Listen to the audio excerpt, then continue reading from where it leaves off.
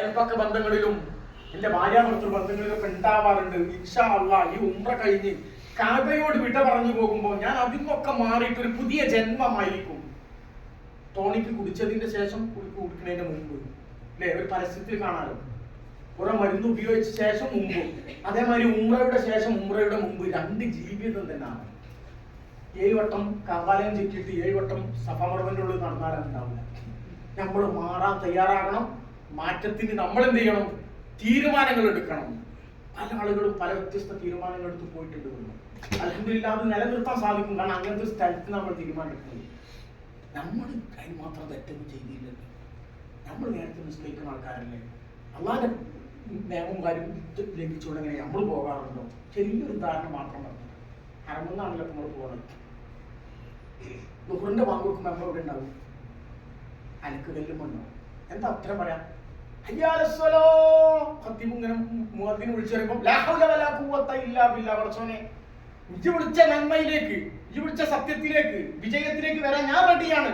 പക്ഷെ വരേണ്ട കാര്യങ്ങളൊക്കെ കൈകാര്യം ചെയ്തു തരാനുള്ള ആരോഗ്യവും കഴിവും തരേണ്ടത് നിന്റെ അടുക്കലാണ് പടച്ചോനെ. ലാ ഹൗല വലാ ഖുവത ഇല്ലാ ബില്ലാഹ്, അല്ലാഹുവേ നിനക്കല്ലാതെ അതിനുള്ള യോഗ്യതല്ല, അതുകൊണ്ട് ഇജ്ജ് എനിക്ക് തരണേ എന്ന് അലക്ക് കല്ലിന്റെ മുന്നിൽ വെച്ചിട്ട് നമ്മൾ ബാങ്ക് കെട്ടുമ്പോൾ പ്രത്യുത്തരം നൽകി. നമ്മൾ പോകലെപ്പോഴാണ്? നമ്മളെല്ലാ പണി കഴിഞ്ഞ് ടൈൽസ് തുടക്കലും വാസ്പേസ് കഴിക്കലും എല്ലാം കഴിഞ്ഞ് അലക്കി തോരട്ടത് കൊണ്ടുവന്ന് മടക്കി വെച്ച് ഭക്ഷണം കഴിച്ച് അസറിന്റെ ബാങ്ക് കൊടുക്കുന്നതിന്റെ കുറച്ച് മുമ്പ് ഒരൊറ്റ ഇടലുകൊണ്ട് തീരുമാനമാക്കാൻ പറ്റുന്ന രീതിയിൽ കൂട്ടൽ ചെയ്യും. കടമ തീർത്തോ? തീർത്തില്ലേ? കടമ തീർത്ത്. പക്ഷെ അള്ളാഹ് വിളിച്ചു കൊടുത്ത് ആ സമയത്ത് ചെന്നോ? ഇല്ല.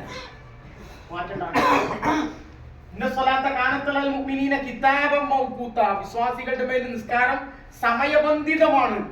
ഒരു അസൗകര്യം അവിടെ അല്ല. എന്താ അസൗകര്യം ഉള്ളത്? എന്റെ പണി കഴിഞ്ഞിട്ടില്ല, ഇത്രേ ഉള്ളൂ.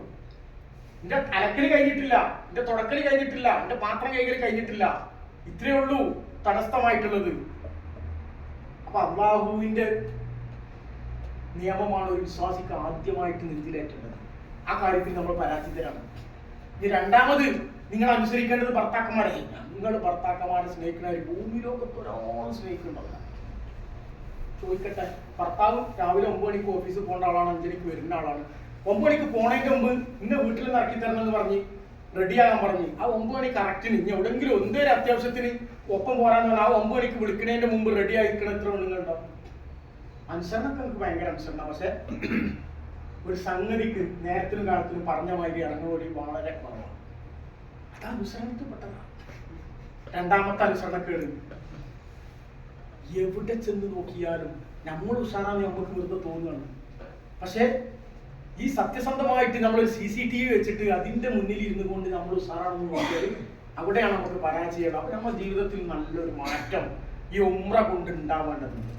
ഒന്ന് ആദർശപരമായ ഈ സുരക്ഷിതത്വ ബോധം, ഇത് മറ്റുള്ളവർക്ക് എത്തിച്ചു കൊടുക്കേണ്ടതിന്റെ ആവശ്യകത, ഇത് കൃത്യമായ ബോധം നമുക്ക് ഉണ്ടാവണം. മക്കളെ പഠിപ്പിക്കുമ്പോഴും മക്കളെ മറ്റ് ക്യാമ്പസുകളിലേക്ക് പറഞ്ഞയക്കുമ്പോഴും എല്ലായിടത്തും അതുണ്ടാവണം. ചരിത്രം, ഇതുമായി ബന്ധപ്പെട്ട കുറച്ച് ചരിത്രം കൂടി നമുക്ക് പറയാനുള്ള എല്ലാം ക്ഷീണിതരാണ്. ഉറുദിൽ വെച്ചിട്ട് അല്ലെങ്കിൽ ആ പ്രദേശവുമായി ബന്ധപ്പെട്ട് നമുക്ക് അത് ചർച്ച ചെയ്യാവുന്നതാണ്. ഞാൻ പറഞ്ഞു വരുന്നത്, ശിർക്ക് ഒരു വലിയ ഗൗരവമുള്ള ഒരു തെറ്റാണ്.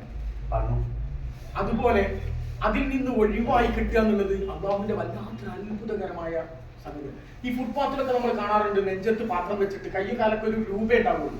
അവർക്ക് ഭൂമി ലോകത്ത് എന്ത് ആസ്വദിക്കാനാണ്? ഒന്നുമില്ല. നമ്മൾ കൊടുക്കുന്ന ചില്ലറ പൈസ കൊണ്ട് എന്തെങ്കിലുമൊക്കെ ഭക്ഷണം കഴിച്ചു പോകും. അത്രയും പ്രയാസമാണ്. പക്ഷെ അവർക്കൊരു പ്രതീക്ഷ ഉണ്ടാകുന്നത് എവിടെയാണ്?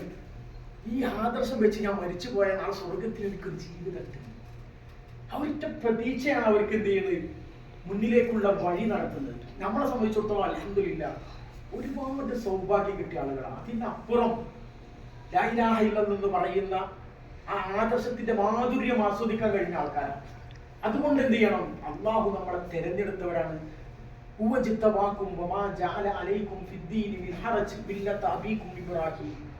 നിങ്ങൾ അള്ളാഹ് തെരഞ്ഞെടുത്തതാണ് വിശ്വാസികളായിട്ട്.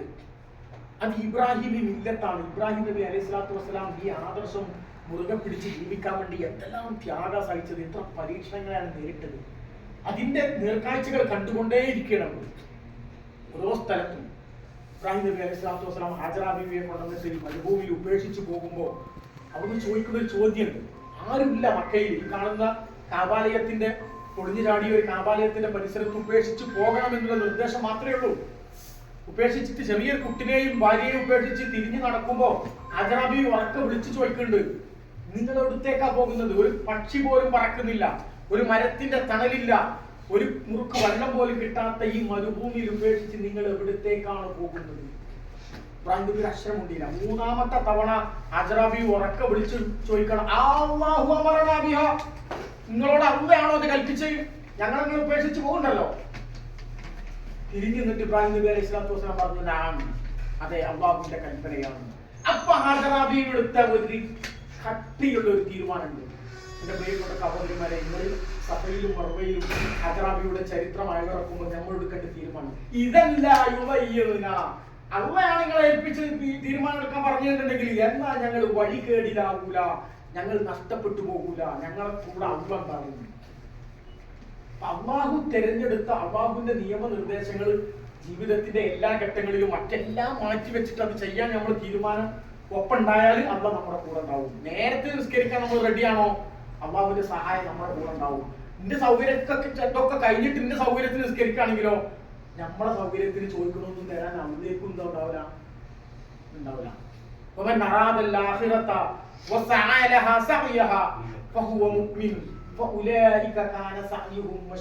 ആരെങ്കിലും ആഖിറ ഉദ്ദേശിച്ചു, അതിൻ്റെതായ പരിശ്രമിച്ചു, അധ്വാനിക്കണം, കഠിനമായി അധ്വാനിക്കണം. പെണ്ണുങ്ങളെ സംബന്ധിച്ചിടത്തോളം ആ ളുഹറിന്റെ നേരത്ത് പെണ്ണ് നിസ്കരിക്കുക എന്നുള്ള വലിയൊരു ജിഹാദാണ്. അതിന് അവർ